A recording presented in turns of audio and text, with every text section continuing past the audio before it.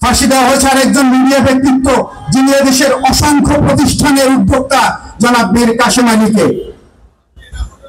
ফাঁসি দিয়ে তারা বসে থাকেনি, এর প্রেক্ষিতে একটি ভিটির রাজত্ব কায়েম করে দেশে লুটপাটের রাজত্ব কায়েম করা হয়েছিল। আপনারা দেখেছেন সেই লুটপাটের রাজত্বে ক্ষমতাসীন যে ফ্যাসিবাদী সরকার ছিল, তারা একে একে এদেশের শেয়ার মার্কেটকে লুট করেছে, ব্যাংক ব্যবস্থাকে ধ্বংস করে দিয়েছে, হাজার হাজার কোটি টাকা, 18 লক্ষ কোটি টাকা বিদেশে পাচার করেছে। বিগত ফ্যাসিবাদ আমলে পাচার হওয়া 18 লক্ষ কোটি টাকা দেশে ফিরিয়ে আনবার জন্য বর্তমান সরকার যে উদ্যোগ নিয়েছে, আমরা তাকে সাধুবাদ জানাই। এর মধ্য দিয়ে দেশের সৃষ্টি হয়েছিল একটি বৈষম্যের দুর্ভেদ্য প্রাচীর।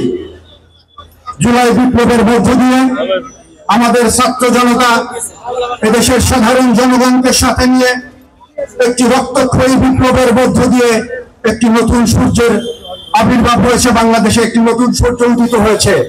আর সেই নতুন সকালে এদেশের দায়িত্ব নিয়েছে ডক্টর ইউনূসের নেতৃত্বাধীন একটি অন্তর্বর্তীকালীন সরকার। আজকে আমরা এই সাধারণ সভা থেকে সেই সরকারের কাছে যে আবেদন জানাতে চাই, সেটি আজকে আমাদের নেতৃবৃন্দের কাছে শুনবো।